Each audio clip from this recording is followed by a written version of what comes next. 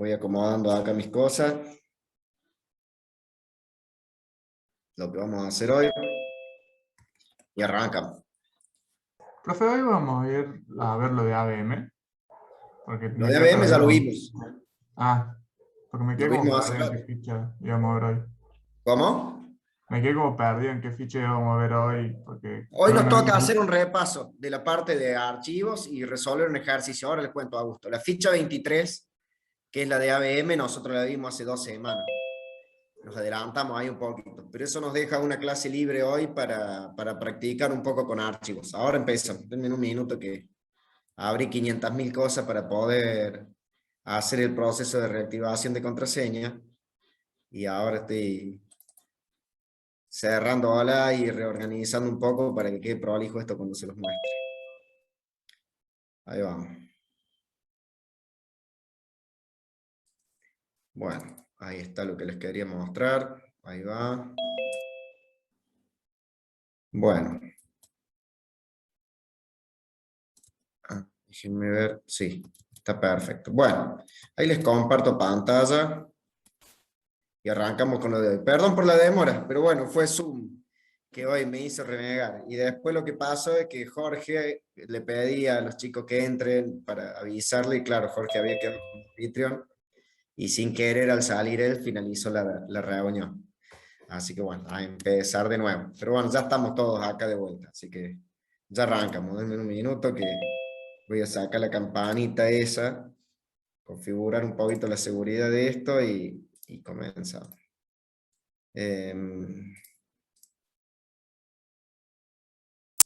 Bueno, bien, ahí está. Bueno, gente, un poquitín tarde, pero vamos a poder trabajar bien lo mismo, son apenas unos minutos. ¿Qué vamos a hacer hoy?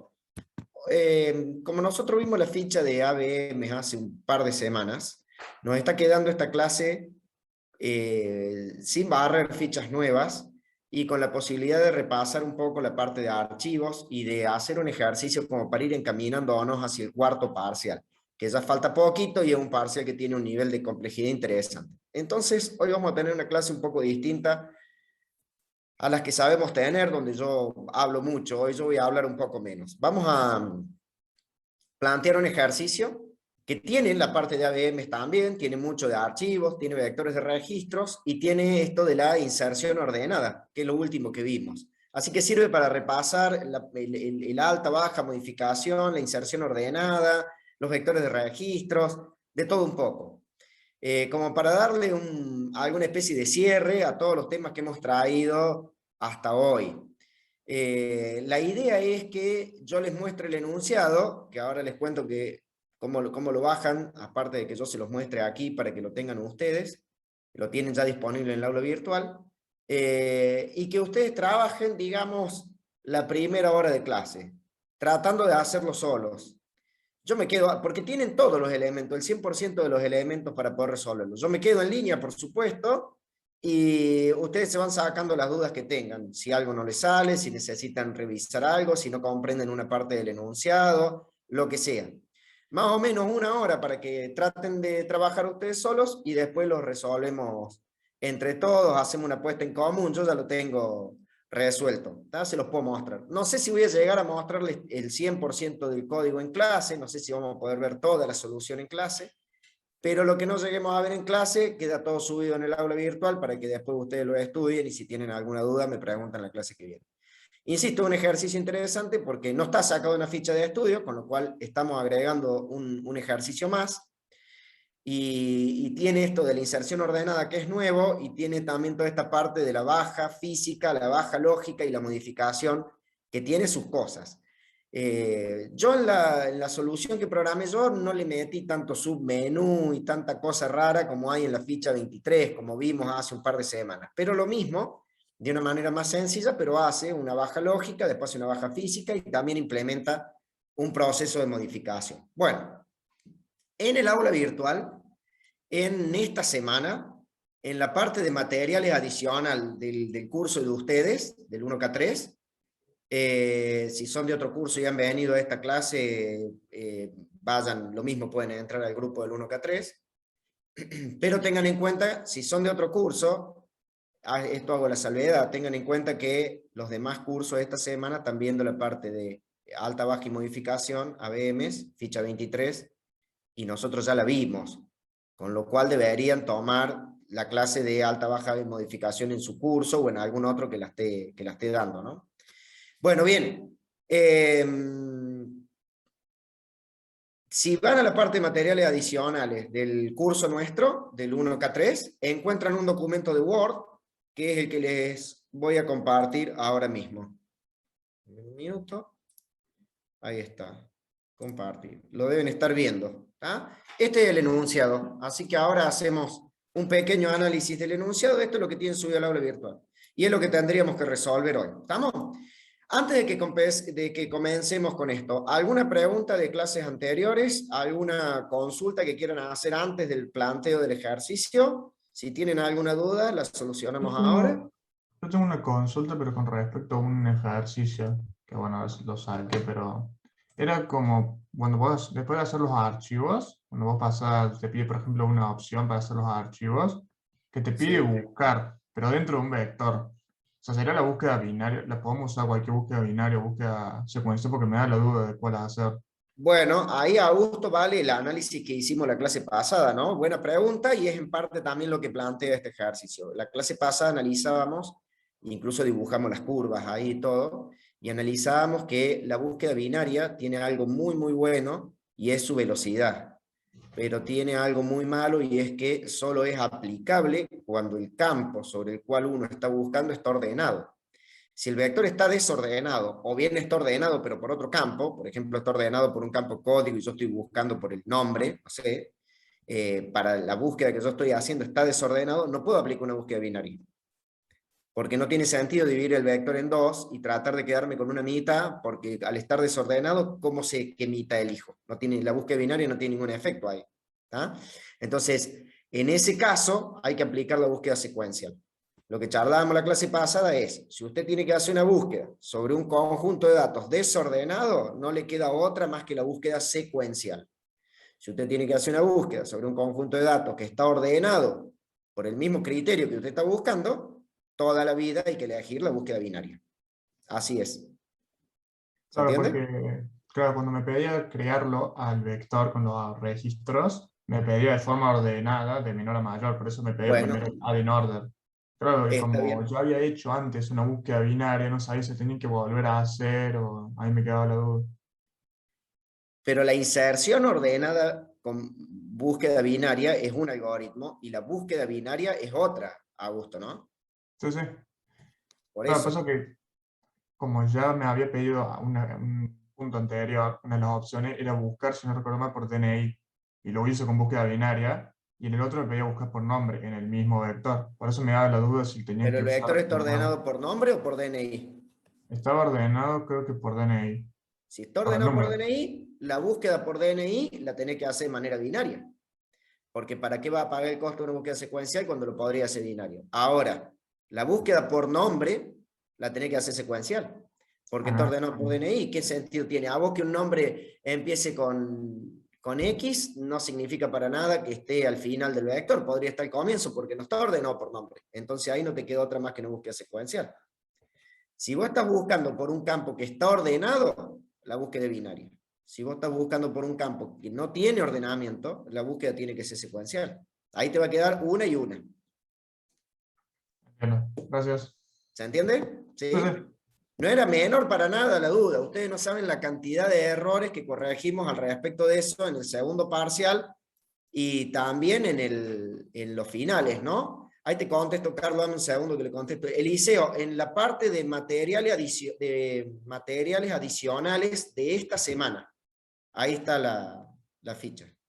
Ahí está el documento Word que les estoy proyectando acá. Y Carlos, creo que tenía la mano levantada, no sé. Sí, profe, es una duda de una función. Dale. Cuando vos cargas un archivo, viste que usás el pickle.dump.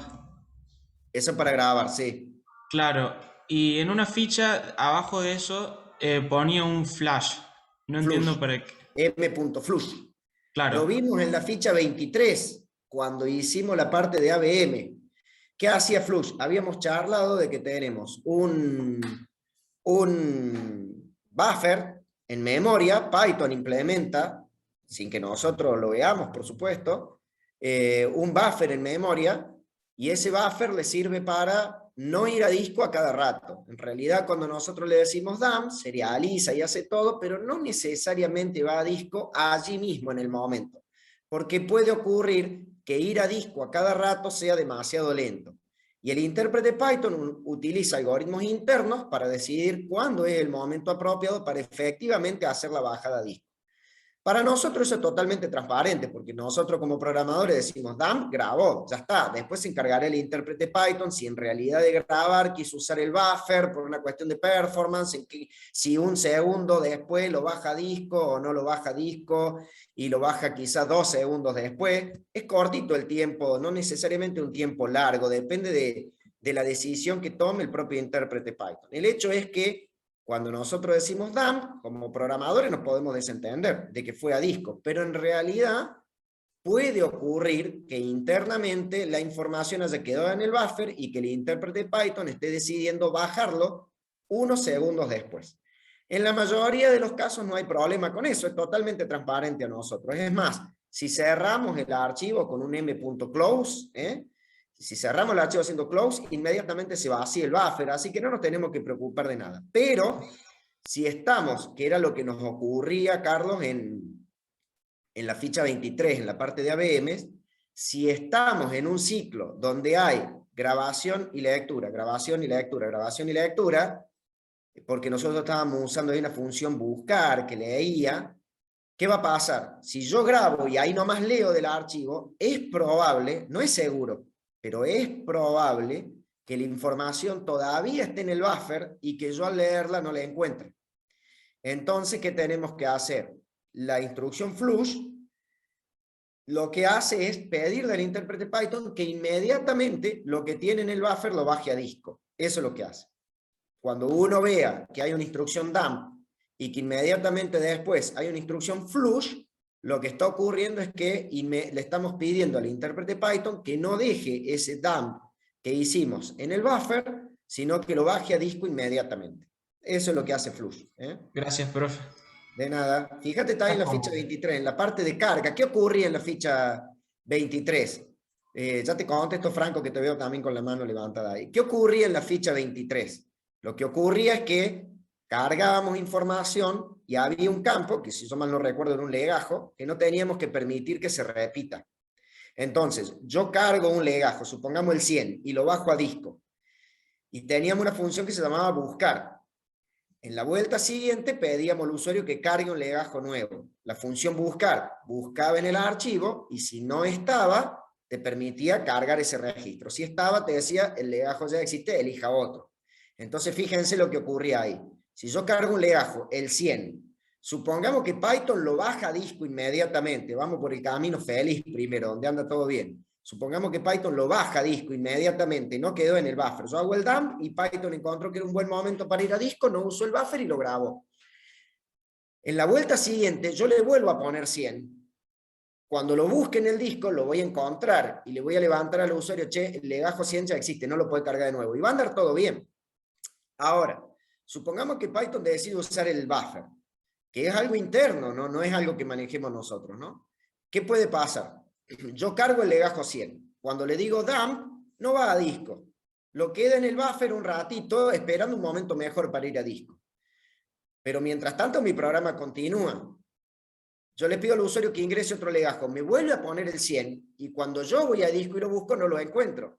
Y le voy a dejar que cargue el legajo 100 con todos sus datos, y voy a terminar repitiendo el registro cuando Python baje lo que tiene en el buffer a disco.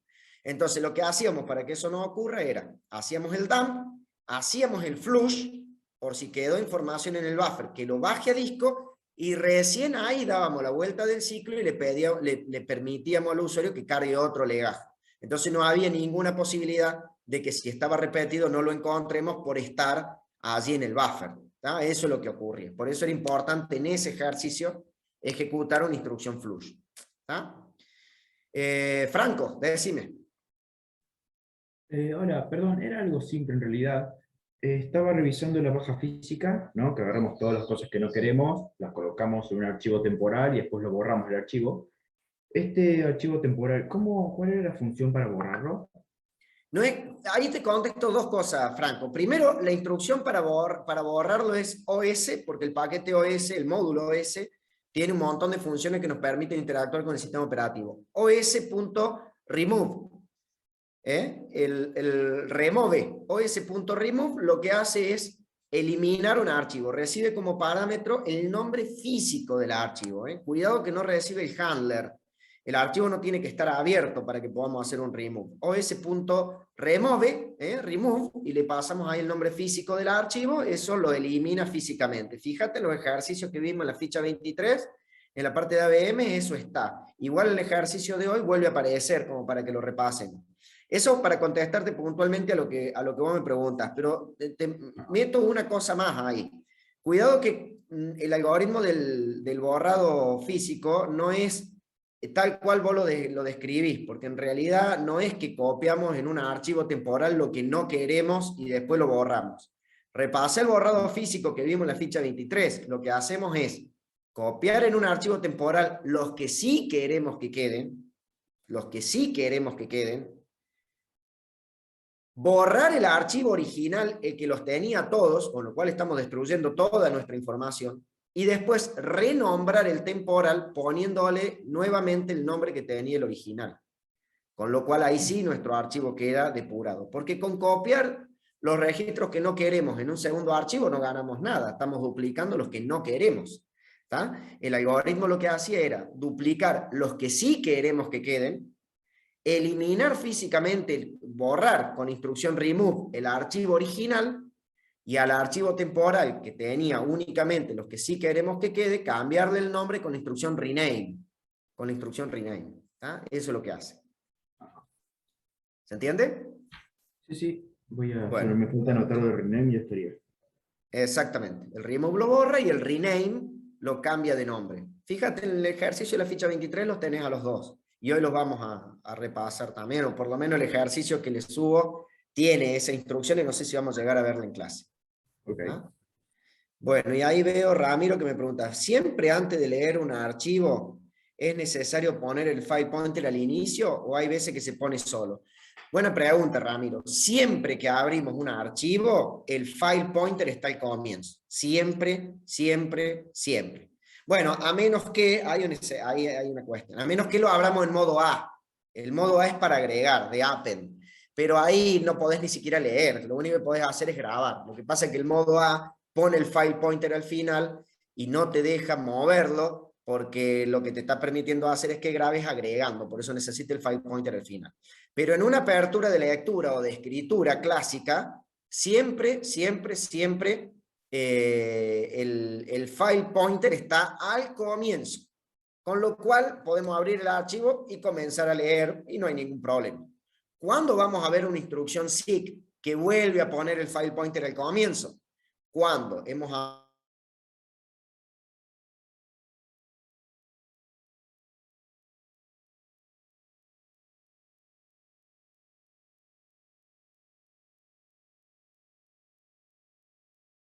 de eso, puedo con una instrucción seek mover el file del archivo.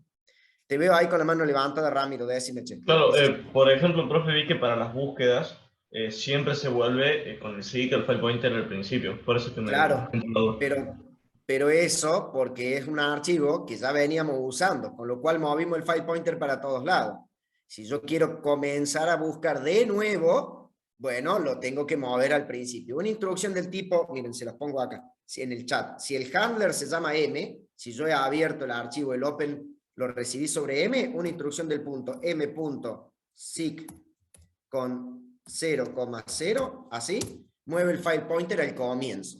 Pero eso es cuando ya, Ramiro, movimos el file pointer, yo quiero volver a leer del principio, entonces lo retrocedo, lo vuelvo al principio. Pero en realidad, si el archivo está recién abierto, el file pointer está al comienzo, con lo cual no es necesario hacer un seek. Si yo hago un open del archivo y ahí nomás hago una instrucción seek de ese tipo que les escribí ahí con 00, no tiene ningún efecto. El file pointer estaba al comienzo y sigue estando al comienzo. ¿Se entiende, no? Sí, ahora quedó bastante claro. Gracias. Bueno, bárbaro, Ramiro, genial. Augusto, te veo ahí con la mano levantada. Profe, yo tengo una duda, porque en los ejercicios tipo parcial que hicimos nunca usamos, por ejemplo, lo del SIC o el Flash, y me da la duda si se va también en el parcial. Todo lo que es eh, gestión de ABM, la baja lógica, la baja física y la modificación no iría en el parcial. ¿Está? Pero eso no quiere decir que no usemos Flush y eso no quiere decir que no tengamos que usar SIC.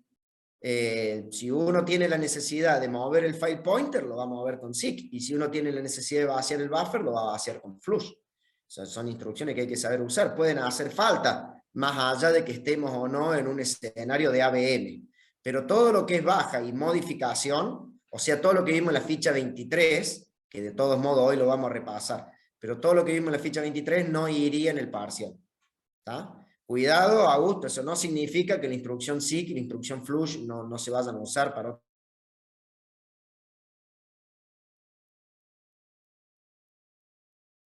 Bueno, de nada, che. Bueno, muy bien, me parece bien que haya dudas, ¿eh? Me parece bien que haya preguntas, porque cuando no hay preguntas significa, ojalá significara que nadie tiene dudas, significa que no da ni para preguntar, ¿ah? Así me parece muy bien que haya preguntas. ¿Alguna otra duda, alguna otra pregunta? Ah, sí, es obligatorio, no sé si alguien iba a hablar. Dale. ¿Es obligatorio usarlo del formato? Pues se puede usar STR tranquilamente. No, nadie te va a obligar a formatear en un substring una cadena como vos quieras. O STR, o una concatenación simple, o format, o unos print concatenados con coma. Eso no es parte de lo que evaluamos. Ah, genial. No, No, porque lo no intenté tiene, hacer y no me salía, y bueno, como que me olvidé no de tiene los ninguna ejemplos. importancia. No tiene ninguna importancia, Augusto. Vos tenés que cumplir con lo que el enunciado pide. Si el enunciado te pide que muestres registros con tal y cual condición, sacado, no sé, te puede aparecer de un archivo, de un vector, qué sé yo, uno tiene que cumplir con eso. Ahora, ¿cómo haga para mostrarlo? Hice un print separadito por coma, armó una cadena con STR, la concatenó y después la tiró en un print, armó una cadena con format. Bueno, eso es como lo quieras hacer. Mientras vos cumplas el objetivo de lo que se está pidiendo, está bien. Ok, gracias, profe. Bueno, bárbaro. Y ya que estamos hablando del parcial y demás, una advertencia grande para todo el mundo, porque es un error muy frecuente. No usen una búsqueda secuencial donde podrían haber usado una búsqueda binaria. Y no usen una búsqueda binaria donde no se puede usar. Dominen bien esta cuestión, que eso sí es parte de lo que evaluamos. Cuándo hay que usar una búsqueda binaria y cuándo hay que usar una búsqueda secuencial. El examen no les va a decir cómo buscar. Es parte de lo que evaluamos que ustedes se den cuenta cómo corresponde a hacer la búsqueda, que era lo que me preguntaba vos, Augusto, al comienzo de la clase, digamos. ¿Está? ¿Cómo nos damos cuenta? Si yo quiero buscar por un campo que está ordenado, debo usar una búsqueda binaria. Si yo quiero buscar sobre un campo que no está ordenado, debo usar una búsqueda secuencial. ¿Estamos de acuerdo, no? ¿Sí? Bueno, bien. ¿Estamos? Bueno. Vamos entonces con este ejercicio que les estoy proyectando ahí. Paren que voy a correr las 1500 pantallas que tengo acá para contestar el chat, ver la cámara y cuando levantan la mano y demás. Acá está. Bueno, entonces este ejercicio tiene por objetivo que hagamos un repaso al parcial porque tiene inserción ordenada, tiene búsquedas en el vector de registros, tiene archivos, bla, bla, bla. Y también tiene un par de puntos donde hay gestión de ABM, es decir, la baja lógica, la baja física y el proceso de depuración. Por eso ha quedado un ejercicio bastante largo. El ejercicio del parcial puede ser de este tipo, sin la parte de ABM, pero va a ser más corto, porque si no, no hay tiempo que alcance. Para una práctica de clase está bueno porque nos lleva a reforzar un poquito la ficha 23 de ABM, que siempre cuesta, y nos lleva también a hacer un cierre de todos los temas que tenemos hasta ahora, a la vez de que lo utilizamos para repasar para el parcial. Tengan en cuenta que este es un poco largo, si lo comparamos con lo del parcial, y que incluye la parte de ABM que el parcial no incluiría. Pero como repaso sirve. Matamos varios pájaros de un tiro si hacemos así, ¿está? Bueno, dice, una compañía minera dedicada a la explotación de áridos desea un programa para gestionar las extracciones de los minerales. Por cada extracción realizada se tienen los siguientes datos. El código, un número que se asigna como identificador, es un número cualquiera, el peso, que es un número entero, que indica las toneladas extraídas, y que va de 1 a 10, ambos valores inclusive. La descripción, una string que contiene una breve descripción de la extracción, y el volumen, un número entero que indica la cantidad de metros cúbicos removidos y que va del 1 al 20, ambos inclusive. ¿Tá? Esos son los datos. Se pide desarrollar un programa Python controlado por un menú de opciones que permita gestionar las siguientes tareas. Bueno, y aquí empieza lo que se pide, que es lo que pretendo que ustedes lean solos y que intenten resolver solos. El primero describe cómo hacer la carga, pero exige que se haga mediante una inserción ordenada y con alguna determinada validación. Hagan exactamente lo que se pide. El 2 pide generar una matriz de conteo, que es uno de los temas que en el parcial va. El 3 pide generar un archivo con determinados datos, el 4 mostrarlo a ese archivo, el 5 pide volver a generar un vector a partir del archivo, el 6 pide implementar una búsqueda, permite buscar una búsqueda en el archivo, y bueno, y el 7 y el 8, un segundo. Perdón, el 6, denme un minuto.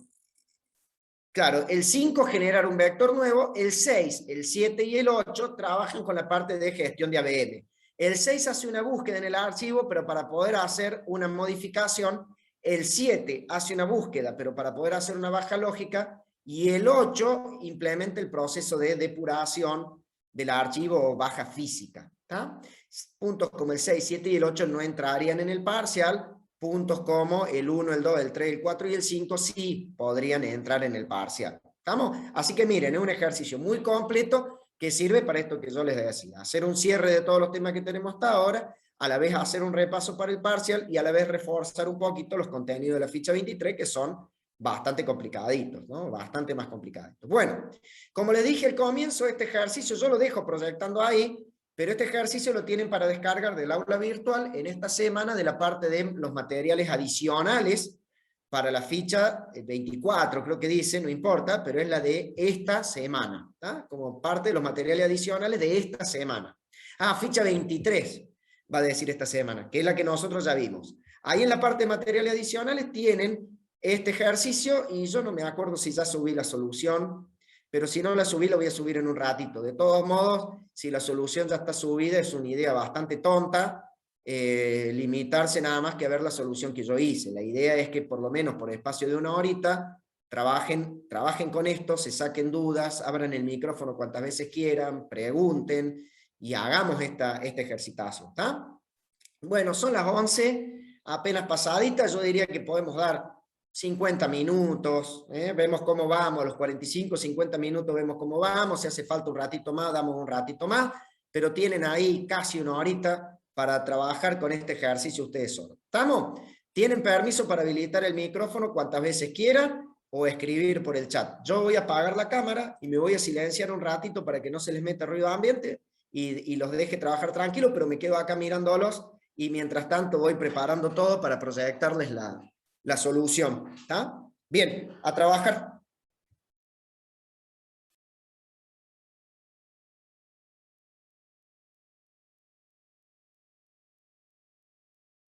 La que el enunciado pedía, y después, bueno, el menú de opciones que va haciendo cada una de las cosas que el enunciado pide.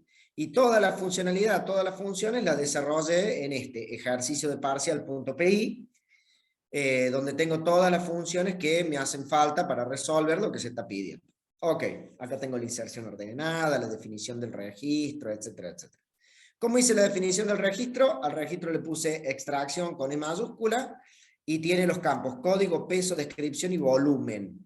Como yo sé que después en los puntos 6, 7 y 8 voy a hacer un proceso de baja lógica, puntualmente en el 7, le agregué el campo activo igual a true, y de esa manera, recuerdan esto de la ficha 23, ¿qué hacía? Ese campo activo igual a true, vale activo siempre, sin que nadie se dé cuenta, nadie lo ingresa por teclado, nadie lo pide, el usuario final ni siquiera se entera de que ese campo está, pero cada registro que se carga con el valor S, true, activo. Cuando hagamos el proceso de baja lógica, el proceso lo único que va a hacer es cambiar de algún registro en particular, del que quiera borrar, ese valor de true a false. Y entonces, en los puntos que trabajen con el archivo, no los que trabajan con el vector, porque en el vector los que tengamos en memoria van a ser siempre registros activos, porque no tenemos un proceso de baja lógica en el vector. El vector tenemos la opción de quitarlo y ya, que además la enunciación ni siquiera lo pide. Pero todos los puntos que trabajen con el archivo van a tener la necesidad de chequear si están trabajando con un registro válido. Y estar trabajando con un registro válido significa que el campo activo sea igual a true. Porque cuando el campo activo es igual a false, ese registro, según lo que vimos en la ficha 23 de la baja lógica, ese registro físicamente sigue estando en el archivo, pero desde el punto de vista lógico ya no está. Desde el punto de vista lógico ha sido eliminado, no debemos considerarlo, ni mostrarlo, ni sumarizarlo, ni agregarlo en otro vector, ni hacer nada de lo que nos estén pidiendo, porque en realidad se eliminó.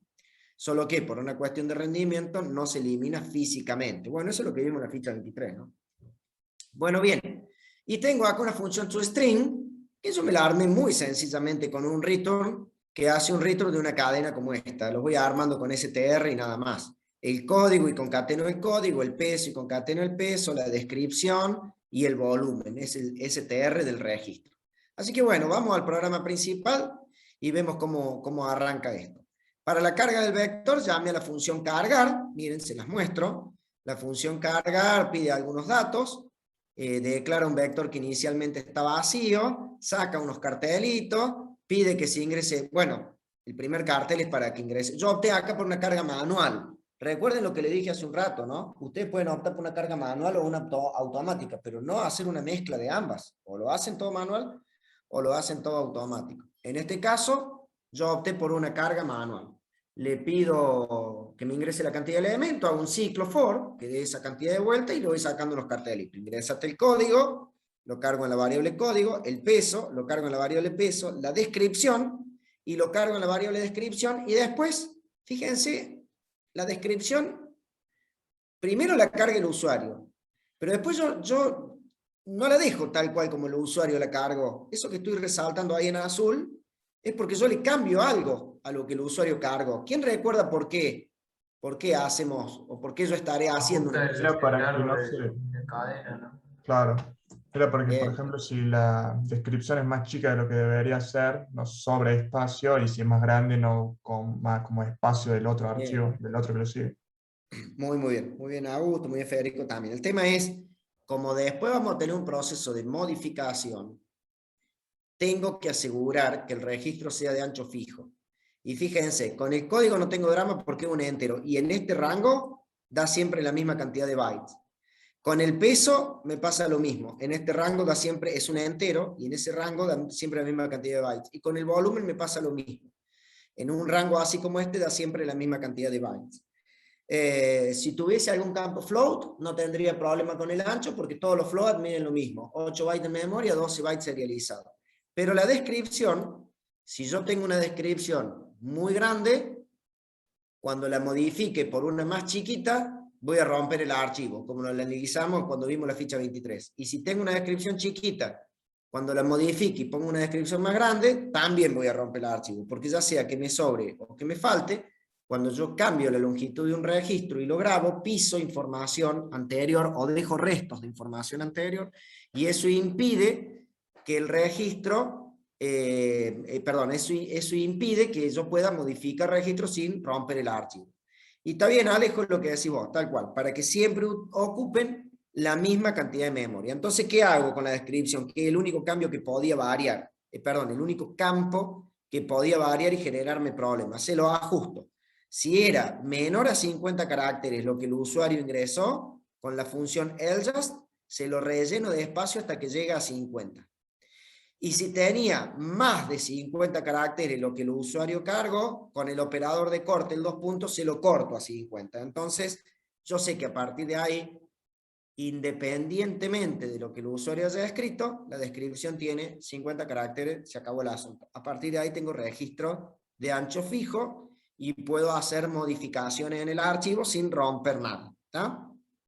Bueno, cargo el volumen, genero el registro de extracción. Fíjense que para generar el registro de extracción yo paso por parámetro el código, el peso, la descripción y el volumen, que son los datos que el usuario cargó. Nadie se entera siquiera de que existe el campo activo, ¿no? Pero bueno, cuando se ejecuta el constructor, que lo tenemos acá, toma los valores que se dieron por teclado, genera los campos y demás, pero agrega un campo más, el campo activo, que inicialmente vale true. El registro se da de alta como un registro activo.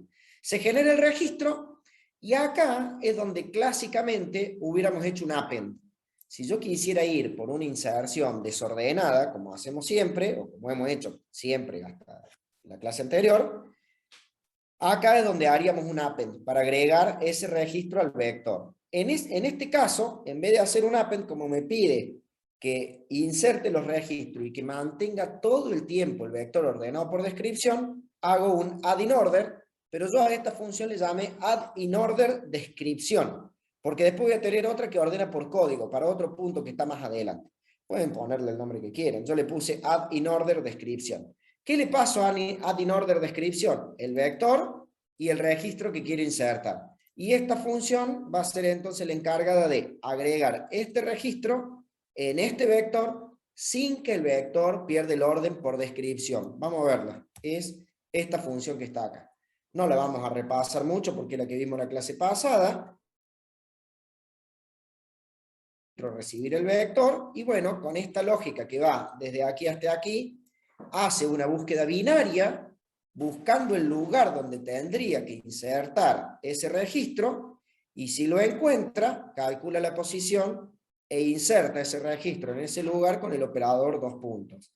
Si no lo encontró, recuerden que habíamos inicializado el valor pos en n, porque en ese caso nos convenía que inserte al final. Si no lo encuentra, si no encuentra un lugar, si no encuentra el lugar apropiado ordenado alfabéticamente, porque estamos escribiendo la descripción más grande de todas, hace una inserción al final y el vector queda ordenado.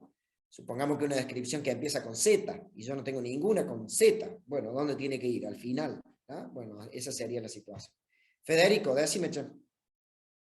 Ahí veo, profe, que en la función usted puso primero, o sea, si la descripción es menor que la del vector, se cambia la de la derecha. Yo puedo hacerlo al revés, que si es mayor, se cambia la de la izquierda y es lo mismo, ¿verdad? Sí, por supuesto, porque va a cambiar en la forma en que quede ordenado. A ver, déjame ver acá. Yo, sí, a ver. No, De una o forma va a sea, quedar de mayor a menor y de la otra va a quedar de menor a mayor. Pero esto, yo estoy diciendo, si la descripción de que quiero insertar es más chiquita, quiere decir ajuste el que de la derecha. claro, si el que yo quiero insertar tiene una descripción más chiquita significa que empieza con A, por ejemplo, y el punto medio yo tengo la H. Quiere decir que yo tengo que, si quiero que quede ordenado alfabéticamente, quiere decir que yo tengo que trabajar con la primera mitad del vector. Para trabajar con la primera mitad del vector, muevo el subíndice derecho al punto medio menos 1. Si lo hago al revés, Federico, lo que va a pasar es que te va a quedar ordenado alfabéticamente, pero al revés. Te van a quedar la A en la punta derecha y la Z en la punta izquierda. ¿Me explico? Claro, pero lo que yo hice fue, si la descripción es mayor, Ah, ajusto izquierda más 1 y sí, si sí, sí, sí. no, derecha C menos 1 y creo que me quedó igual, o sea, Tiene me el quedó mismo de A a efecto. Z. Y claro, Federico, porque si yo invierto esta condición, invierto también la rama verdadera contra la falsa y estoy haciendo lo mismo. Bien, bien. Claro, es lo Gracias, mismo. profe. Está muy bien, es lo mismo, es lo mismo. Bueno, bien, che, muy bien. Bueno, ese es el add-in order. ¿Tá? Ese es el add-in order que vimos en la clase pasada. Inserta de manera ordenada por descripción en este caso.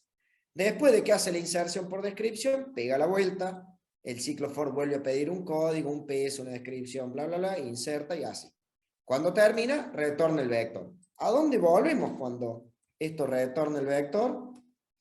Al programa principal y guardamos el vector retornado en un vector que yo le llamé vec.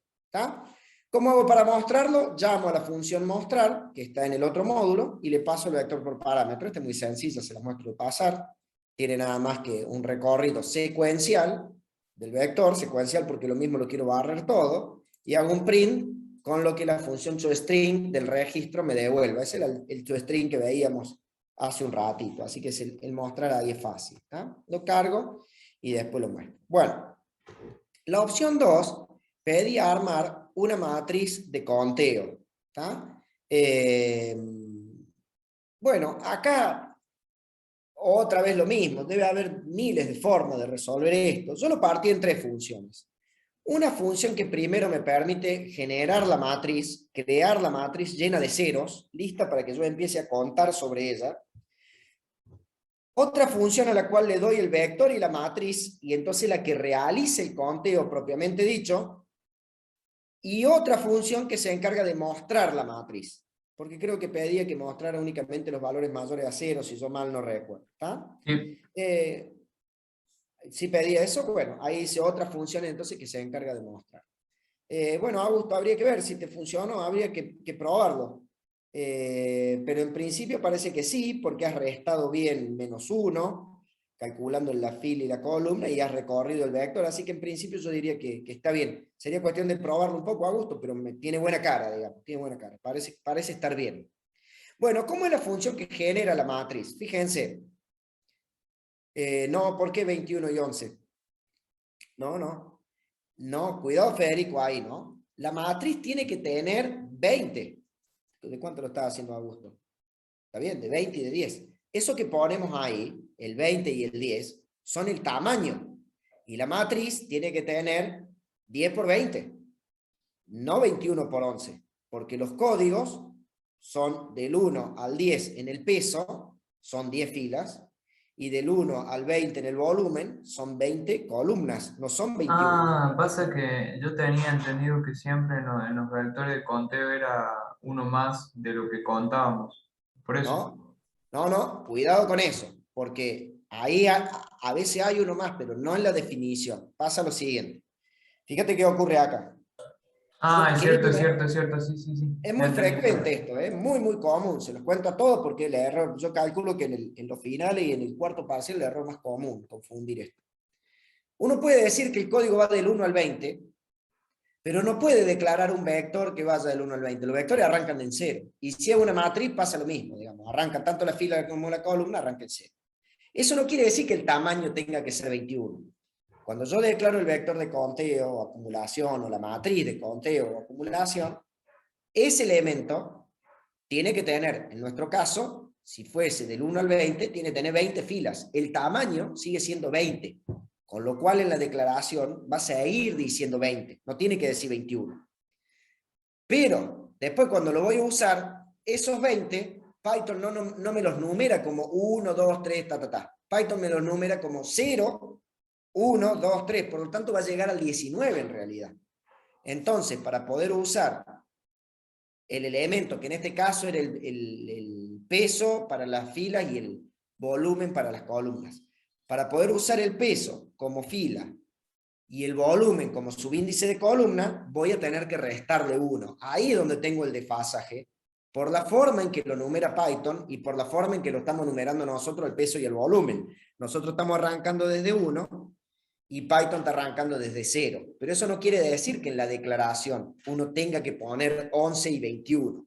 La declaración siempre dice cuántos tenés. Tenés 10 filas, es un 10. Tenés 10 columnas, es un 20. Bueno, yo todo ese lío lo encerré en la función generar mat.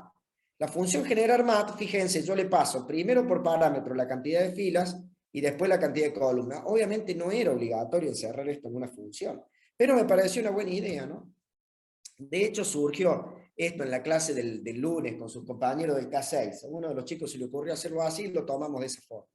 Bueno, declaro la matriz. Fíjense, el primer parámetro es fill, el segundo parámetro es call. Declaro una matriz de 10 por 20 llena de ceros y retorno esa matriz llena de ceros. ¿A dónde la vuelvo esa matriz llena de ceros? Acá. Lo guardo en mat. ¿Y ahora qué hago? Voy a la función contar, llamo a la función contar, y a la función contar le doy por parámetro el vector y la matriz. Entonces, llamo a contar, acá está, y le paso por parámetro el vector y la matriz. Fíjense qué sencilla que está. Acá la hice de una manera un poquito más larga, la dejé como comentado una segunda versión de la función contar para que les quede ambas. Pero la primera está resuelta en 2 líneas de código. Recibe el vector y la matriz y lo que hace es recorrer ese vector, el vector de registros, y va a la matriz y en un determinado lugar, ahora vamos a ver cuál, se dice macanas, en un determinado lugar, ya vamos a ver cuál, cuenta 1. ¿Por qué cuenta 1? Porque es una matriz de conteo, me han pedido contar. Otro error muy frecuente es salir acá acumulando. Si te piden una matriz de conteo, tenés que contar. Y si te piden una matriz de acumulación, tenés que acumular. Así que hay que leer bien lo que pide. Contar significa contar cuántos registros hay. Así que es más 1. El tema es cómo calculo el lugar. ¿En qué lugar de la matriz cuento? Bueno, si yo estoy usando los pesos como filas y los volúmenes como columna, quien me va a decir dónde tengo que contar es el propio registro según el peso y el volumen que tenga. Pero acá viene esta cuestión del desfasaje que charlamos un ratito. Supongamos que el peso es 1. Si el peso es 1, yo tengo que contar en la primera fila de la matriz. Pero la primera fila de la matriz no es la sub 1, porque Python la numera desde 0. Yo tengo que contar en la primera fila de la matriz, pero la primera fila de la matriz es la sub 0. Por lo tanto, para saber en qué fila debo contar del registro en cuestión, tomo el peso y le resto 1. Si el peso era 1, me va a dar 0. Entonces yo voy a estar usando la primera fila de la matriz. Y está bien. Si el peso era 2, menos 1 me va a dar 1. Y yo voy a estar usando la segunda fila de la matriz. Y está bien. Al peso 2 hay que contarlo en la segunda fila de la matriz. Lo mismo pasa con las columnas, solo que en las columnas usamos el volumen como subíndice. Y el razonamiento es el mismo. Por ejemplo, cuando el volumen sea 10, eso significa que yo debo contar en la 10ª columna de la matriz. Pero la 10ª columna de la matriz es en realidad la sub 9, porque Python la numera desde 0. Entonces yo le resto 1, si el volumen era 10, le resto 1 para pararme, para poder usarlo como subíndice, y pararme en la columna 9. Según el peso, calculo la fila, y según el volumen, calculo la columna. Esto que está acá, este pequeño cálculo, peso menos 1, o este pequeño cálculo, volumen menos 1, es lo que hemos llamado en su momento función de asociación. Esa es la función de asociación, la que de alguna manera relaciona qué fila y qué columna quiero usar con el dato que tengo que contar. Bueno, calculo la fila en función del peso, calculo la columna en función del volumen y en ese lugar cuento 1, porque encontré un registro que tiene ese peso y ese volumen. Así te resulta de una manera muy compacta, muy elegante. Si lo quieren resolver de una manera no tan compacta, pero quizás con un código un poquito más claro, bueno, miren esta segunda versión, implementen una o la otra, no van a querer hacer las dos, ¿no?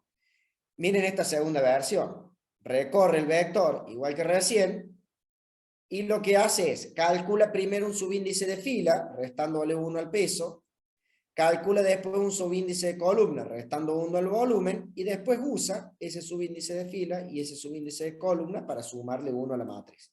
Que esto es más parecido a lo que pasabas por el chat vos recién, Augusto. Creo que es más o menos esa cuestión, ¿no?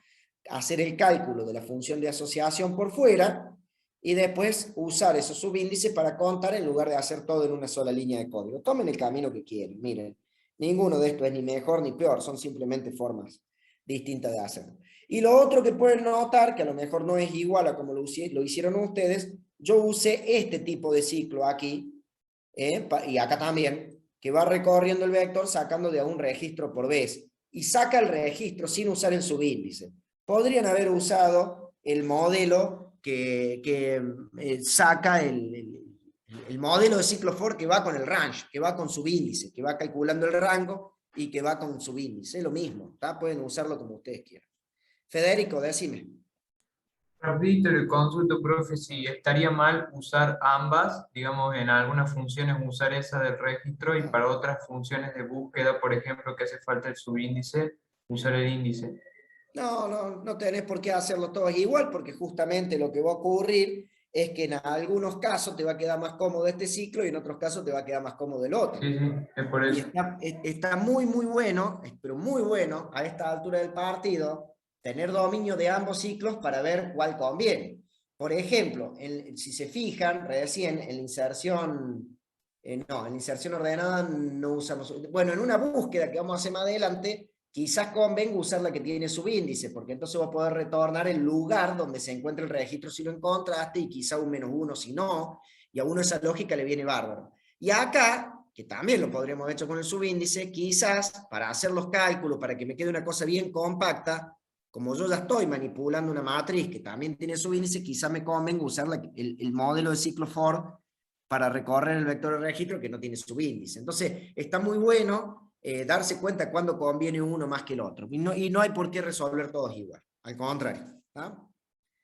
Bueno. Bien. Esa es la que hace la matriz de conteo. Y fíjense que no tiene return. ¿Por qué no tiene return? Porque como la matriz la recibió por parámetro, cualquier cambio que haga va a volver cambiado al programa que lo llamó. Y el programa que lo llamó es este. Pasó la matriz por parámetro que estaba llena de ceros y cuando la función termina, la matriz quedó toda modificada con los datos que contó. Entonces llama al ejercicio, a la función mostrar matriz y le pasa la matriz por parámetro nuevo. ¿Y cómo está hecho el mostrar matriz? Bueno, está hecho así. Dos ciclos for, el primero recorre las filas, el segundo recorre las columnas y como el enunciado pedía que había que mostrar únicamente los elementos mayores a 0, pregunto si la matriz en el lugar IJ tiene un valor mayor a 0 y lo muestro. Lo que he colocado aquí para mostrar el I más 1 y J más 1 es un cartelito para que me diga para el peso tanto, para el volumen tanto, hay esta cantidad. Pero lo que había que hacer estrictamente era, si vamos estrictamente a lo que el enunciado pide, si no queremos embellecerlo mucho, con mostrar la cantidad Matsubi J alcanzada. Yo agregué aquí un pequeño cartel para que esto quede mejor. ¿Está? ¿Se entiende? Ahí tenemos resuelto el punto de la matriz de conteo. ¿Alguna duda hasta acá con la inserción ordenada, con la matriz de conteo, con cómo venimos trabajando el registro? ¿Estamos bien hasta acá? ¿Sí? Bueno, Estamos bien, profe. Sí, todo bueno, de bien. 10. Genial. Profe, Mejor no hay así le problema. metemos. ¿Eh? No hay problema entonces luego al final. La pregunta al ¿A final. gusto? No, era para que me quedara claro al final. Cuando, por ejemplo, si nos dice que va del 0 al 10, entonces solamente ponemos, por ejemplo, la columna, que es el primer que multiplica 0, ponemos 9 en ese caso. O usaremos los 10. ¿Por Cuando qué dice 9? Si a vos acá te hubiera dicho que el peso va del 0 al 10, ambos inclusive, ¿cuántos pesos tendrías? Hay 10. 11. Ah, Si a ambos vos te dice que inclusive. el peso va de 0 a 10, ambos inclusive, contalo con los dedos, son 11. ¿Está? Claro. Si me dice del Entonces 0 al tendríamos 10. que declarar un vector de 11. De tamaño Eso era 11. con lo que me confundí yo. Y eso es para confundirse, digamos. Pero es así, es el desfasaje del 0. Si uno lo cuenta el 0, tiene uno más. Eso es lo que pasa, tal cual. ¿Ah? Así que hay que leer bien lo que el enunciado pide y desde dónde hasta dónde va y saber hacer bien la función de asociación. Ojo con eso, ¿no? ¿Ah? Bien. Bueno, sigamos. En la opción 3 es la que había que generar el archivo.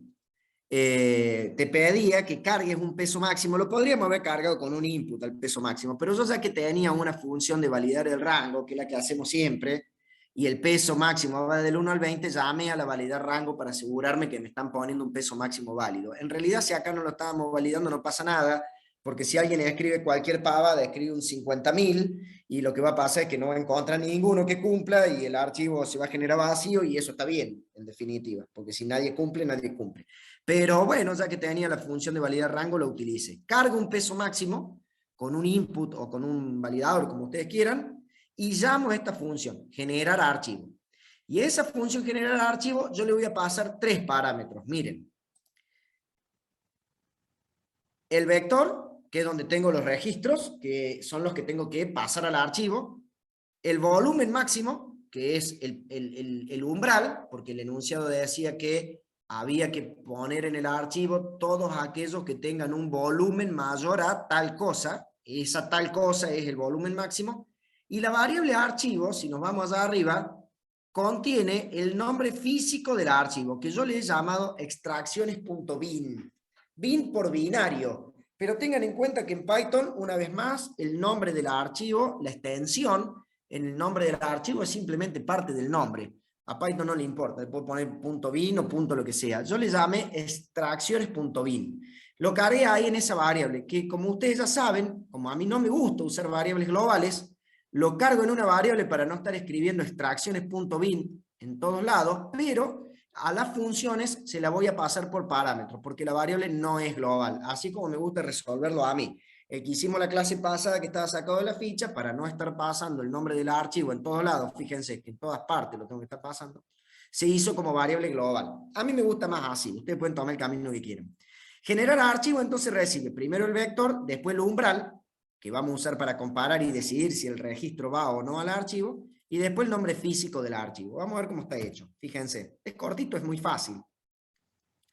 Abre el archivo en modo de escritura binario. Fíjense que no me tomo el trabajo de validar si existe, si no existe, ni nada, porque si lo voy a abrir en modo W, si ya existía lo pisa, y si no existía lo crea de cero y se acabó el asunto. Reemplaza el archivo con otro, digamos, si existía, eso es lo que quiero decir. Y después meto un ciclo for que recorre el vector de punta a punta. ¿Qué voy a hacer? En cada registro que levanto del vector, aquí yo también he usado el ciclo for sin subíndice, pero podrían haber usado el que tenía subíndice si querían. En cada registro que voy sacando del vector, pregunto si el volumen es mayor al volumen máximo que pasamos como parámetro. Ese sería el umbral, ¿tá? Si es mayor, está cumpliendo lo que el enunciado dice, hago un dump. Pickle.dump, grábame este registro en este archivo. Grábame este registro en este archivo. Eso es lo que le estamos pidiendo que haga. Paso al registro siguiente y así. Cuando termina, la función close cierra el archivo.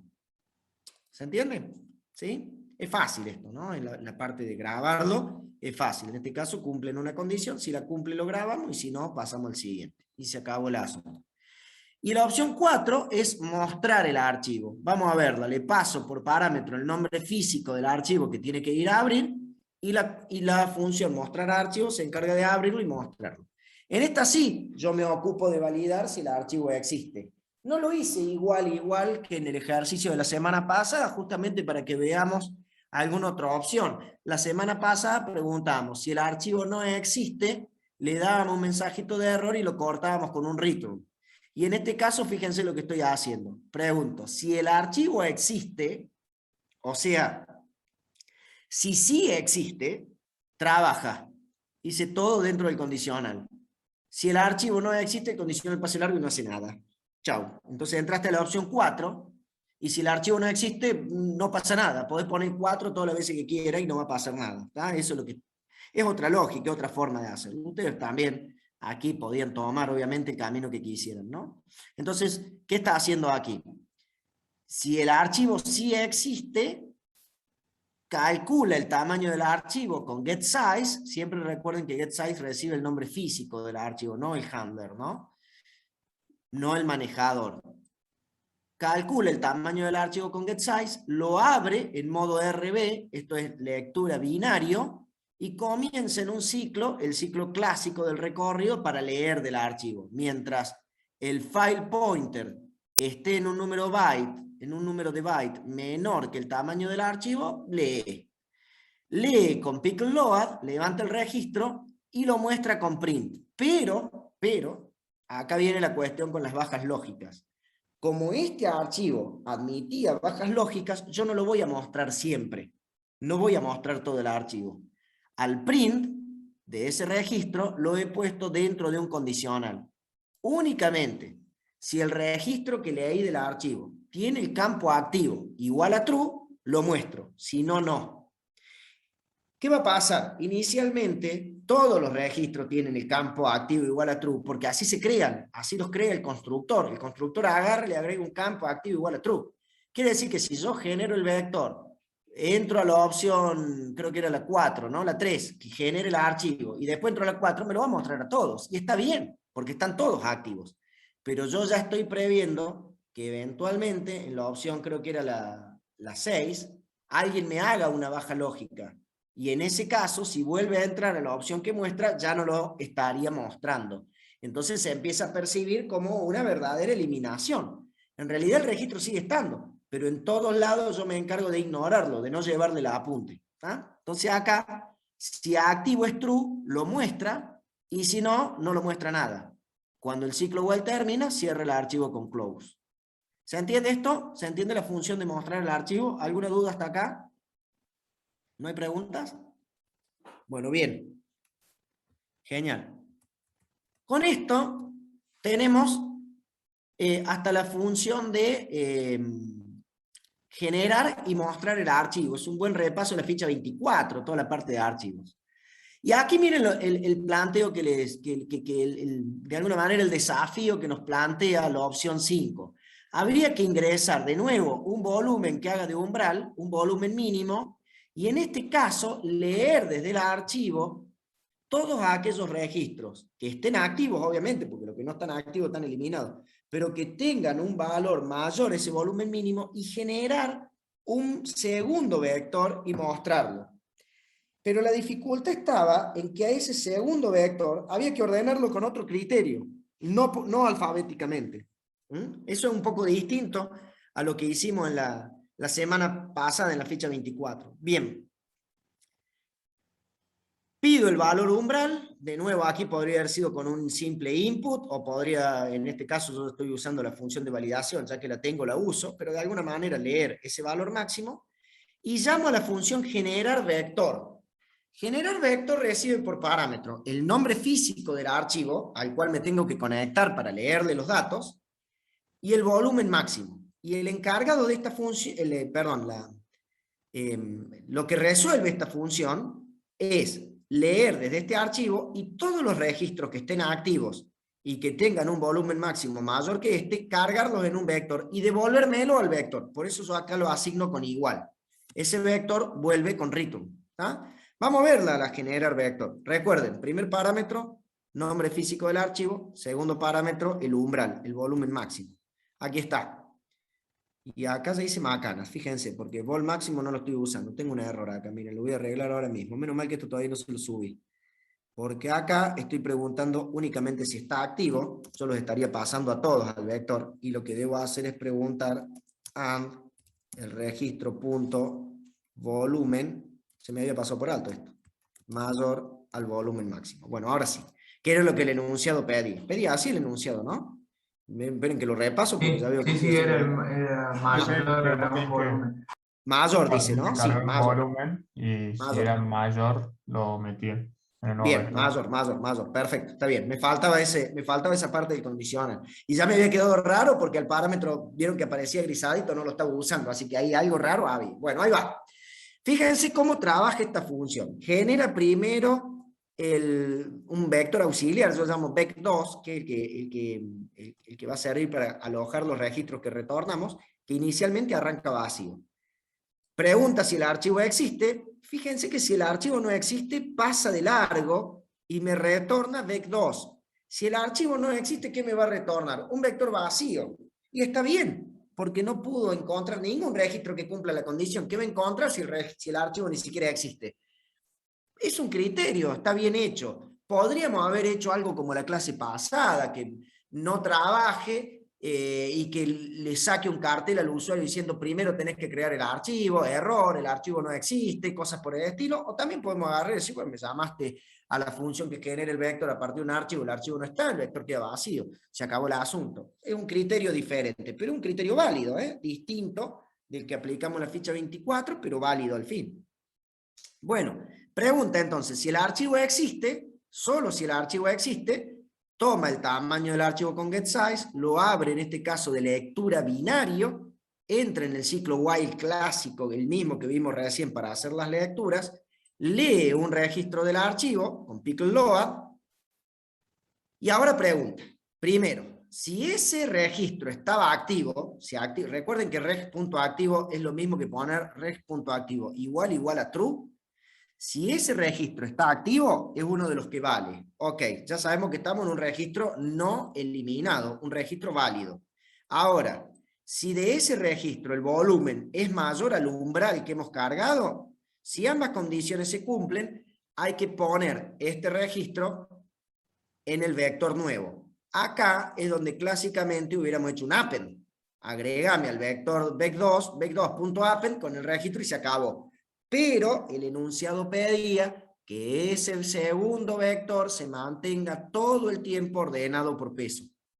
Entonces, ¿yo qué hice? Me hice otra función, add in order peso, que reemplaza a lo que haría clásicamente un append. Agrega como si fuese un append, pero ordenando por peso. ¿Qué le doy a add in order peso? El vector donde quiero hacer la inserción, que en este caso es vec2, y el registro que quiero insertar. Si quieren la vemos muy rápidamente, está hecha acá. ¿Por qué digo muy rápidamente? Porque es idéntica, absolutamente idéntica al add in order que hicimos recién, solo que el campo que evalúa no es descripción, sino peso. Esa es la única diferencia. Por eso era buena la idea, que creo que la tirabas vos, Augusto, es decir, bueno, pero ¿cómo puedo hacer para programar una sola vez? Porque prácticamente estoy repitiendo código. Bueno, no tenemos una forma, con lo que hemos aprendido en AED, de que Python dinámicamente escriba un campo u otro. Con lo cual, acá yo diría que con los conocimientos que tenemos hasta ahora, por más que la diferencia sea pequeña, no nos queda otra más que hacer dos funciones. Una que hace el add in order por descripción y otra que hace el add in order por peso. Bueno, pero eso es todo lo que hace. Inserta ordenando por peso. Cuando el ciclo while termina, se cierra el archivo y la función termina retornando el vector auxiliar, el vector nuevo que generó únicamente con los registros que cumplían la condición. Cuando devuelve ese valor, yo lo guardo en este vector y con la función mostrar, que es la misma mostrar que hicimos recién, acá está, con la misma función mostrar, porque es el mismo registro. Entonces con la misma función mostrar le paso por parámetro el nuevo vector y lo muestro. Ahí estaría cumplido el punto 5. Hasta ahí son cosas como las que pueden entrar en el parcial. Puede ser que el parcial sea de algún nivel un poquito más difícil en algún aspecto, que haya que hacer alguna cosa más, alguna cosa especial, calcular un promedio de algo, calcular una sumatoria de algo, hacer una matriz de acumulación en vez de una de conteo. Bueno, las cosas que hemos estado practicando. Nada que no hayamos visto. Y lo que no entraría en el parcial, pero que quería aprovechar al menos los últimos minutos de esta clase para mostrárselos, son, una vez más, sí, esto queda del liceo, queda todo subido. Lo uso con los chicos de la noche y se los publico ya ahí, en el mismo lugar que publiqué el enunciado, comprimo todo este proyecto y se lo subo comprimidito y listo. Dame un segundo, Augusto, ya te contesto también. Bueno, el punto 6, 7 y 8 yo quería mostrarle a modo de repaso la ficha 23 cómo sería una opción de modificación, una de eliminación y una de borrado físico. Decime, Augusto. Profe, una duda. En el punto 6, no sé si lo va a ver ahora. Ahora. A ver, porque que estaba la duda. En este caso ya sería búsqueda secuencial, porque no está ordenado por código, está ordenado por señor. ficha. Bueno, exactamente, era una de las cosas que quería mostrarle. Vamos con el punto 6, el modificar. Fíjense en esto. Pero hay dos cosas, Augusto, acá. Hay dos cosas que es muy importante y son dos cosas de las que yo quería hablar en este punto en particular. Primero, si me hubieran pedido buscar por código en el vector, hubiera tenido que hacer una búsqueda secuencial, porque yo al vector lo tengo ordenado por descripción. Se acabó el asunto. ¿Está? Aparte de eso, acá hay una segunda cuestión y que muchas veces nos equivocamos en los exámenes. A mí me están pidiendo que busque, pero en el archivo, porque la eliminación no ocurre en el vector. El punto dice, elimine del archivo tal registro, busque y elimine del archivo. Y en el archivo no me queda otra más que una búsqueda secuencial. No podemos implementar una búsqueda binaria en disco. Por lo menos no con lo que hemos aprendido en AED. ¿Está? Entonces, de todas formas, la búsqueda hubiera sido secuencial. Primero, porque tengo que buscar en el archivo, no en el vector. Ojo con eso, porque muy frecuentemente corregimos exámenes que terminan estando mal porque hacen las cosas bien, pero no sobre la estructura correcta. Si el punto 6 pide operar sobre el archivo, es operar sobre el archivo. Si hubiera pedido buscar en el vector tal cosa y si le encuentra, elimínelo del vector, ahí hay que hacer un delete Habría que del usar el vector. del. Claro, exactamente, un del vector. Bueno, en ese caso iba sobre el vector. Pero el punto 6 del enunciado habla claramente de buscar y eliminar del archivo. Entonces la búsqueda es sobre el archivo, así que mucho cuidado con eso. ¿Tá? La búsqueda termina siendo secuencial porque es sobre el archivo en realidad.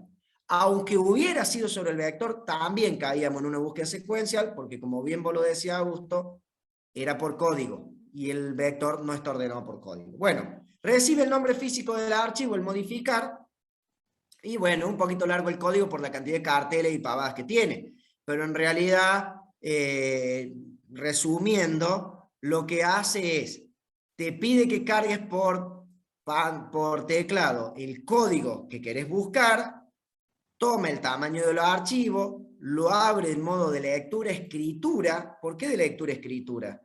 Porque necesita leer para buscar por ese código, pero cuando lo encuentre necesita modificar y va a volver a escribir. Por eso necesitamos leer y escribir. El R+B nos permite eso. Entra en un ciclo while clásico de recorrida del archivo, y acá lo que hacíamos la clase pasada. Se queda con el file pointer justo antes de hacer la lectura. ¿Recuerdan por qué era importante quedarse con el file pointer antes de hacer la lectura? Porque una vez que leí ya se movió y ya va a estar apuntando el registro del lado. Y no es el que yo quiero modificar. El que quiero modificar es el que leí. Ah, sí, pero el file pointer ya se corrió. Entonces la estrategia era, como vimos la clase pasada, como vimos, no la clase pasada, como vimos en la ficha 23, quedarse con el valor del file pointer, leer el registro. Y ahora sí vamos a preguntar, ok, ¿ese registro que leí está activo? ¿No lo borré? O sea, ¿es un registro válido? Si es un registro válido, ¿tiene el código que estoy buscando? Si me dice que no, no pasa nada. Si me llega a decir falso, no pasa nada. Da la vuelta, pasa al registro siguiente y lee con ese load del registro siguiente. Si me dice que sí, lo encontré. Entonces, cuando lo encontré, ¿qué le hago? Bueno, acá le saco, esto lo podría haber resuelto como quieran, no son más que unos carteles. Le saco un cartelito, registro encontrado. Le hago un print del registro, se lo muestro por pantalla, le tiro ahí unos asteriscos como para que quede separadito. Y le empiezo a pedir los datos de nuevo. El ejemplo que vimos en la ficha 23 tenía justo en ese punto un submenú que te permitía, ingrese un 1 para modificar esto, ingrese 2 para modificar esto, y te mantenía en un ciclo ahí. Yo acá lo resolví de una manera más simple. Te pido todos los datos de vuelta y se acabó. Cargo el peso nuevo, cargo una descripción nueva, cuidado, al cargar la descripción se la corto a 50 caracteres o se la relleno a 50 caracteres, no le voy a dejar que varíe la longitud. Cargo un volumen nuevo. Y ahora viene la cuestión que me preguntaban a comienzo de clase. Yo con eso ya tengo en memoria el registro modificado. Entonces, ¿qué hago una vez que lo tengo en memoria el registro modificado? Retrocedo el file pointer a donde estaba, que era lo que habíamos guardado acá en la variable fp. Lo vuelvo a donde estaba y en ese lugar hago un dump del registro nuevo. Como yo retrocedí el file pointer donde estaba, voy a estar pisando el registro que leí. Y eso es lo correcto, lo reemplazo. Y como mide exactamente la misma cantidad de bytes que el que estaba antes, porque no le dejé escribir una descripción ni más larga ni más cortita, y los números enteros miden la misma cantidad de bytes siempre, al menos en este rango, como serializado mide la misma cantidad de bytes, lo reemplaza y calza justo, perfecto, en los mismos bytes de antes, y no rompo el archivo. Pongo la bandera encontrado igual a true, y el ciclo while cierra. ¿Para qué pongo esta bandera encontrado? Y hago un break, además, para que el ciclo corte, porque si ya lo encontré por código, ¿para qué voy a seguir buscando en el archivo? Yo estoy asumiendo que el código no se repite, ¿no? Y entonces le ahorro, hay unas cuantas vueltas de lectura en disco, que ya de por sí la lectura en disco son lentas. Cuando esto termina, ¿para qué había puesto encontrado en true? Porque si encontrado vale falso, le saco un cartel, el código no existe, no pude modificar el registro. Le cierro el archivo y la función termina. ¿Tá? Yo lo resolví de esta forma, que es una forma válida de acuerdo a lo que el enunciado pedía. No tiene por qué coincidir todas las soluciones de ustedes con esta. mientras estemos respondiendo al enunciado va a estar bien. ¿Ah? Esto es una solución un poco sencilla, pero ajustada a lo que el enunciado pide. ¿Se entiende cómo opera la modificación? ¿Sí? La modificación del profesor. archivo. Sí, se entiende. Bien, Lo que me había faltado era volver el file pointer, o sea, lo del file pointer me faltaba, ¿no? Bueno, ¿qué va a pasar si no retrocedíamos el file pointer? Si no me lo quedo al file pointer No y se si no lo carga ningún retrocedo. archivo, o sea, no se carga ningún registro al final. No, peor, va a pasar algo peor, Federico. Cuando vos haces el load, lees el registro en cuestión, suponete que ese es el que querés modificar, el código te coincide. Lees el registro y decís, sí, este es el que quiero modificar, pero solo por haber hecho load, el file pointer ya se avanzó al registro siguiente, así que el archivo te está apuntando al registro que sigue. ¿Está? Ya no está apuntando al registro que vos tenés. Vos tenés uno que leíste, pero él ya no está apuntando a ese, está apuntando al siguiente, porque load lee y avanza el file pointer. Yo le cargo los datos nuevos y si no lo retrocedo y hago un dump, en realidad voy a estar pisando un registro, pero voy a estar pisando el registro del lado. O sea que leí uno y modifico el que sigue en realidad. Por eso es importante quedarme con el file pointer, dejar que load lo avance, no hay drama. A mí me viene bárbaro que load lo avance, porque si no es el que estoy buscando, ya leo el siguiente. ¿Tá? Dejar que load lo avance, pero cuidado. Si es el que quiero, lo modifico en memoria, le retrocedo el file pointer y ahí lo piso y lo grabo. Entonces ahí sí me aseguro de reescribir el registro que era, el que tenía que reescribir. ¿Se entiende, no? ¿Sí? Sí, sí. Una Bueno. duda. Entiendo que el FP sacamos para el file pointer para saber dónde está el archivo, pero ¿por qué cuando lo va a leer se avanza? Eso no lo entendí. No, no es que cuando lo va a leer se avanza. Augusto, load funciona así. Load lee y avanza el file pointer. Lo vimos hace un mes. Y cuando vos escribís hace lo mismo. Dump escribe y avanza el file pointer. Eso es lo que te evita que cuando vos haces un load atrás de otro, lea siempre lo mismo. ¿Por qué cuando yo hago un load leo un registro y cuando hago otro load leo otro? Y porque me basó el file pointer. Si no fuera así, siempre estaría leyendo lo mismo. ¿Se entiende? Entonces, ¿Sí? Es parte de la función load. Load lo que hace es leer lo que tiene en el disco, decodificártelo de binario al formato del registro de nuevo, devolvértelo y avanzar el file pointer. Lo hace solito. Y dump también. Ahora, en este caso, si yo no quiero que me avance el file pointer, no lo puedo evitar, me lo va a avanzar. Entonces, para reescribir el registro que leí, lo atraso de nuevo y ahí lo reescribo. Así funciona. ¿Está? está, entiendo. Bien, ok. Y Franco, te veía como que decías algo recién, no sé si fue para preguntar algo, pero quedó superpuesto con otras voces. Ah, no, perdón, decía que entendía que... Ah, bueno. Eso. Bueno, listo, genial. Fíjense cómo el proceso de eliminación es idéntico. Es idéntico, idéntico, idéntico, porque según lo vimos también con la ficha 23, el proceso de eliminación es en definitiva un proceso de modificación, donde lo único que se modifica es el campo activo, que estaba en true y lo ponemos en false. Entonces, ¿qué hago? Lo mismo de recién. Pregunto si existe el archivo, si existe el archivo le pido que ingrese el código, cargamos el código, abrimos el archivo en modo de lectura, escritura binario, entramos en un ciclo igual que recién. Por la misma razón de recién me quedo con el file pointer donde está, antes de leer, leo el registro, pregunto si es el registro que quiero, si lo encuentro, hasta ahí viene idéntico a la modificación. Solo que ahora no le voy a permitir al usuario que ingrese los datos de teclado. Lo que le voy a decir es registro encontrado. ¿Está seguro que lo quiere eliminar? Si me pone una S mayúscula, yo voy a asumir que la respuesta es sí, lo quiero borrar. Entonces fíjense ahí qué hago. Le modifico yo el registro por dentro, cambiándole el campo activo a false y dejando todos los otros campos como estaban, pero en realidad es una modificación lo que estoy haciendo. Al usuario no le dejo elegir qué quiere modificar, se lo modifico yo, pero en definitiva estoy haciendo una modificación. Retrocedo el file pointer, grabo el registro de nuevo, reemplazando el registro anterior. Entonces, ¿qué va a pasar? Ese registro va a ser idéntico al anterior, solo que el campo activo va a valer false en lugar de valer true, porque es lo único que yo le modifique. Eso es la baja lógica. Eso es la baja lógica. Pongo encontrado en true y corto la búsqueda con break.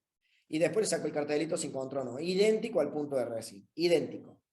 Y el proceso de depuración o baja física que está en la opción 8 del menú, ya terminamos, esto es un minuto nomás, es simplemente esto. Lo repasamos, lo que habíamos visto en la ficha 23. Pregunto si el archivo existe, y recuerden que esto tiene como objetivo quitar físicamente a aquellos registros que estén con el campo activo valiendo false, es decir, aquellos marcados como baja lógica. Entonces, ¿qué hago acá? Bueno, la lógica era esta. Tomo el tamaño del archivo y abro dos archivos. A uno le llamo original, que es el archivo de siempre, el que tiene los datos, y lo abro en modo de lectura binario. Y al otro le llamo temporal, y es un archivo que yo le llamé temporal.bin, y lo abro de escritura binario. Y la lógica va a ser ir sacando del archivo original los registros que sí sirven, los que sí quiero que queden, e ir duplicándolos, copiándolos en el temporal. Fíjense lo que hace. El ciclo while recorre el archivo original, lee el registro y pregunta si el campo activo de ese registro que leyó vale true. Si vale true, lo copia, le hace el dump en el temporal. Va haciendo como una copia, pero solamente de aquellos donde campo activo vale true. Cuando el ciclo while cierra, cuando el ciclo while termina, cerramos el archivo original y cerramos el archivo temporal. En ese punto, tenemos en disco dos archivos, el original y el temporal. El original tiene todo, y el temporal tiene una copia solo de los registros que estaban activos, una copia solo de los que hay que dejar. Entonces, ¿qué hacemos después? Con remove eliminamos el archivo original, con lo cual hemos perdido todos los datos. Si el programa terminara ahí sería un desastre total porque hemos perdido el archivo completo, pero ahí nomás, en la instrucción inmediata siguiente, renombramos el archivo temporal.bin, se dice macanas, ahí, el archivo temporal.bin, y le ponemos el nombre del archivo original, que era extracciones.bin, creo que le habíamos puesto, no recuerdo. ¿Está? Entonces yo le estoy reemplazando un archivo con el otro. ¿Qué va a pasar? Si yo entrara ahora de nuevo a la opción, creo que era la 5, de mostrar el archivo, la 4, no me acuerdo, la que mostraba el archivo. Si yo mostrara el archivo de nuevo, ¿qué pasaría? Y vería únicamente los registros, lo podría abrir sin ningún problema porque ya lo renombré, y vería únicamente los registros que están activos.